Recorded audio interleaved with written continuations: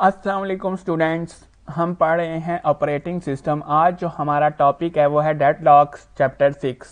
This is an very important topic according to the Punjab University. There will be one must question in the paper in from this chapter.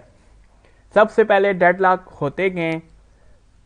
Deadlock may arise when a process is waiting for some resource that are held or locked by other waiting process। यानी जब एक process already system में चल रहा है और वो जो रिसोर्स पहले वाला प्रोसेस यूज कर रहा है वही सेम रिसोर्स अगर दूसरे वाले को भी चाहिए तो तब डेडलॉक्स अक्कर होते हैं। यानी if every process in the set is waiting for an event that can be caused only by another process in the set. अब आसान सी एग्जांपल अगर आप देखें, ये एक रोड है, वन वे रोड है। अब यहाँ से भी एक ट्रैक्टर आ जाए और यहाँ से भी एक ट्रैक्टर आ जाए तो ये क्या आ जाता है? डेडलॉक। तो ये अब डेडलॉक हो गया है इस सूरत में। तो ये था डेडलॉक की आपको डेफिनेशन समझाना, उम्मीद है आपको समझ आ गई होगी। अब डेडलॉक को हम कौन कौन सी कंडीशंस हैं जिसके जरिए से डेडलॉक्स आते हैं। सबसे पहले mutual exclusion. Only one process at a time can use the resource. If another process needs to use that resource it must wait until resource has been released. Hold and wait. A process must be holding at least one resource and waiting to acquire additional resources that are currently being held by other process in system. No preemption. Circular wait condition implies hold and wait condition, यानी कि इसमें थोड़ा सा hold and wait condition आ जाती है। अब इसको सबसे पहले हम हैंडल किस तरह करते हैं, यानी जब भी कोई भी चीज़ एक आ जाती है तो सबसे पहले हम उसको हैंडल किस तरह करते हैं। हैंडल का मतलब है कि अब हम उसको कैसे ख़त्म करते हैं। ये तो आपने देख लिया कि डेडलॉक की 4 कंडीशंस होती हैं, वो आपने देख ली। 4 कंडीशन क्या थी? Mutual exclusion, hold and wait, non preemption और सर्कुलर वेट।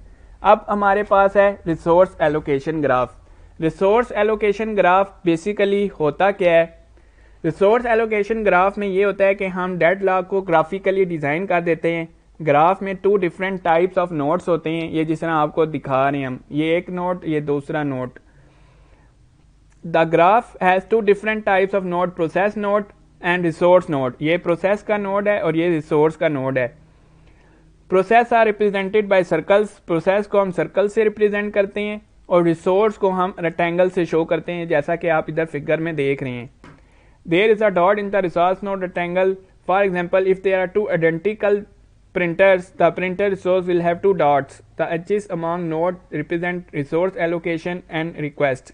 यानी इसमें होता क्या है कि अब हमारे पास रिसोर्स जो है वो एक ही है और वही प्रोसेस 2 यूज़ कर रहा है, वही प्रोसेस 1 ने यूज़ करनी है। तो हम क्या कर लेते हैं कि कोई प्रोसेस 3 आ जाए तो हम उसको डॉटेड लाइन से एक एक्स्ट्रा एच बना देते हैं कि जिसके ज़रिए से वो इसको यूज़ कर सके। तो ये था कि हम रिसोर्स एलोकेशन ग्राफ की मदद से हम डेडलॉक को ख़त्म कर सकें। यानी इस केस में कोई भी डेडलॉक नहीं है, जबकि इस केस में देखें डेडलॉक आ रहा है। तो ये पहला तरीका है कि रिसोर्स एलोकेशन ग्राफ को की मदद से डेडलॉक को ख़त्म करना।